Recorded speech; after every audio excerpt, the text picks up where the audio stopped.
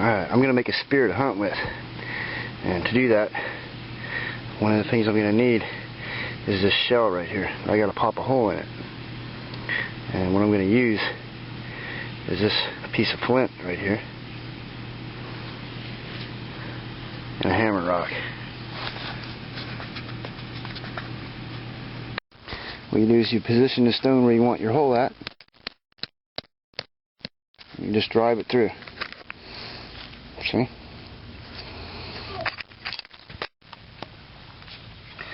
What I'm trying to do is fit the hole in this shell so that it's slightly larger than the shaft of my bamboo. So I can use this as a collar to keep my bamboo from splitting out.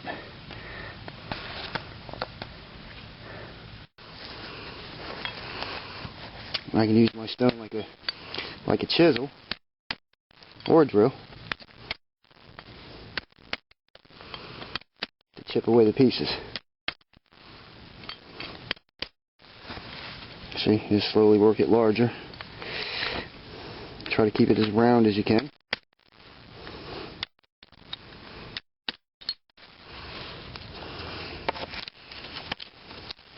Okay, a little bit larger.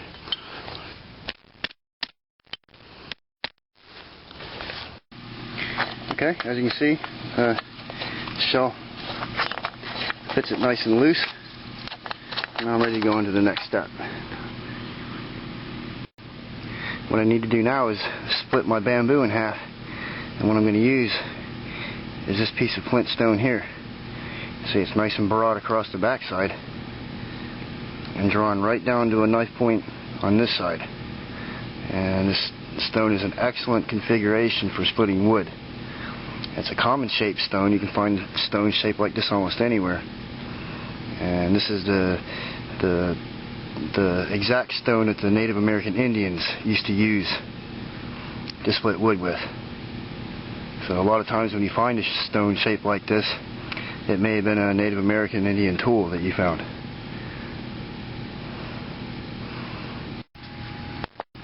Now the foreshaft for my spear is a nice piece of hardwood, and I've attached a bone on the tip of it, just lashed it right to the side with cordage and pine sap. And what I have to do with it, I have to slide it all the way in until the end of it reaches the segment. That way it won't collapse when it strikes something hard. It goes all the way in here to the segment, and that'll hold it fast.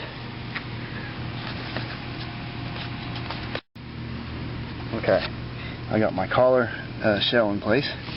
I split my bamboo. I got my foreshaft in place.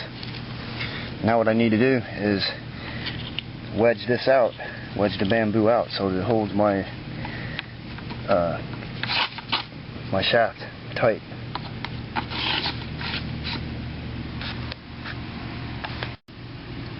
These little bamboo strips will do a good job of that.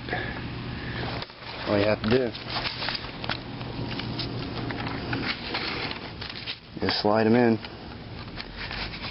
the end on all sides so that it holds your foreshaft right dead in the center. And you want it to spread your bamboo shaft open so that your collar will slide forward on it and make it all nice and tight. See? Yeah. All nice and spread out. And slide your collar forward.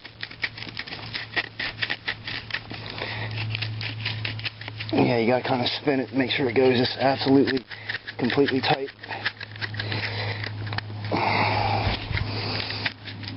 You also want to make sure that your collar is close to the end. You don't want it to be way down here. You want it to be real close to the end.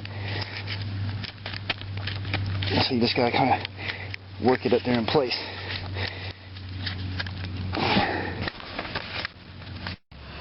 And when I'm done, that gives me a spear shaft that won't split without having to tie.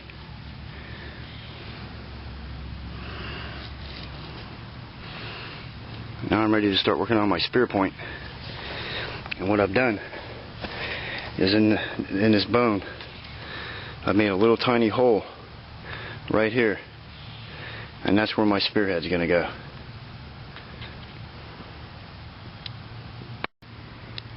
What I've grown accustomed to using for spear points is the hearts out of the sand dollars. What you do is you break them up. You break them up, and on the inside are these fabulous little spear points, like this one here. It looks just like a fish. They come in a variety of different shapes and sizes, and these here are perfect. They're sharp, they're strong. They got a little tail on them right there for sticking them into the end of the bone. They got back hooks on them, little barbs, so when they go in they won't pull out. You can drill a little hole in it, like I did this one here. You drill a little hole in it, tie some cordage onto it, and you got a perfect spearhead. And all you got to do is right here in the end of the spear, where your hole is, you stick the tail in it,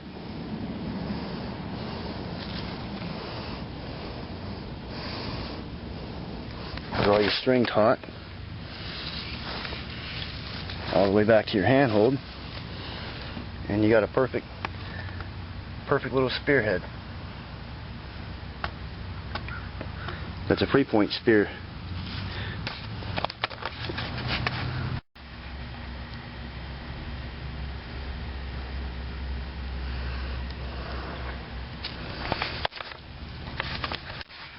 And that's the genuine method for making a Native American Indian 3-point spear.